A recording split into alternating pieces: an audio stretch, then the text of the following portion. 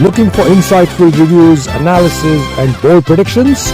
Welcome to CricWorldStraightup by Vijay and Prabhu. Welcome back, friends. This is the first video in the series of the T20 World Cup in Australia. The Indian team has been chosen, and today we are going to talk about whether it's the best team which could have been chosen to tour Australia. So let's look at the team. Yeah, as you can see, it's a team made up of 7 batsmen, including 2 keepers, 2 spinners, 2 all-rounders, and 4 fast bowlers. Yes, and we also have standbys this time. So we've got 2 fast bowlers there, a batsman, and also a spinner. So what did you think of the selection, Vijay? And how did you see the Asia Cup actually impacting the selection for the World Cup? So just to go back to what happened in Asia Cup, we've got a number of videos on that, and I think if you haven't watched them, they are worth a watch.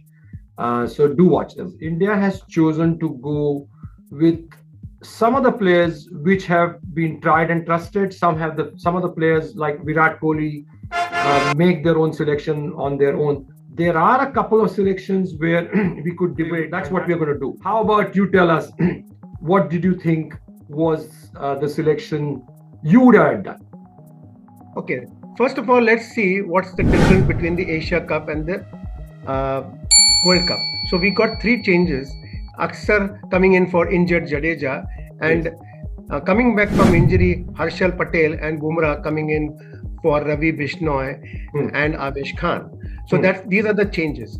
Now, coming to the World Cup team itself, I think Ashwin and probably could have been replaced by Kuldeep Yadav. I mean, a bowler like Kuldeep Yadav could suddenly take 3 wickets in 3 overs. I would rather have a bowler taking 3 for 40 rather than a bowler taking no wickets for 25, because wickets is the key to stop the other team in 20 overs. Otherwise, we got pretty. Absolutely right. But containment also comes into picture, and Kuldeep Yadav hasn't actually done fantastically well. It also lacks batting capability. The deeper you bat in T20, the better it is. I think that's the reason why they might have not taken Kuldeep Yadav. Chahal was always going to be there. The only thing was whether it was to be Ravi Ashwin, but Ashwin on the last couple of tours of Australia has done fantastically well against Australia. Mind you, that was in Test. But I think that's where the faith has been laid for Ashwin. Yeah, but the problem is that when you have got Akshar Patel in the team replacing Jadeja, and he's a left-hander who has actually finished a couple of games in the West Indies, and he's also in terrific form, it complicates everything even further. We're not even talking about the first 11, we're just talking about 15. So I don't know, I think would actually Ashwin play? Whether he plays or otherwise depends on possibly the left-handers in the opposition. That's the only time I feel that Ashwin will come into play with his with bouncier pitches in Australia, and he gets a bit of purchase on those pitches. So it might be match to match. Not a bad selection, I would say outright.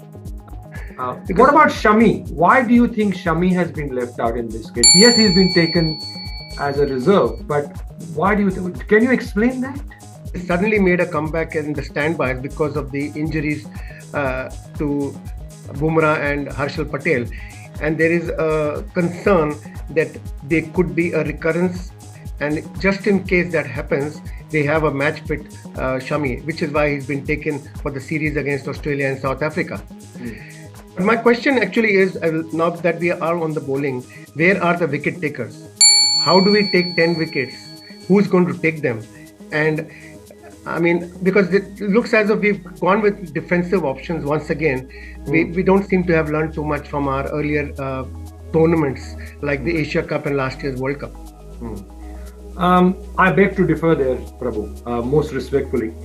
I think wicket takers are there if they are used at the right spot. Bhuvaneshwar Kumar is best bowled in the front. That particular option is now available because Harshal Patel and Arshdeep Singh, even though he's actually a newcomer, he's proved his selection to a large extent because he's a very good death bowler. Bumrah obviously is a wicket taker as far as I'm concerned. Let's talk about the batsmen. What about Shubman Gill? Why do you think Shubman Gill? Who would you have replaced if you wanted to bring Shubman Gill? I would have replaced Huda. Oh, really? Just because of the fact that Rohit is not bowling him. I mean, if Rohit were to say, yes, I'm going to bowl Huda, then Huda is a no-brainer. But because he's not bowling him, then you rather have a batsman who's in form and who can probably play at every position against a top-class bowling attack. Whereas Huda is not yet tested against top-class bowling attacks at the top. So something happens in the top 4, then who do you replace him?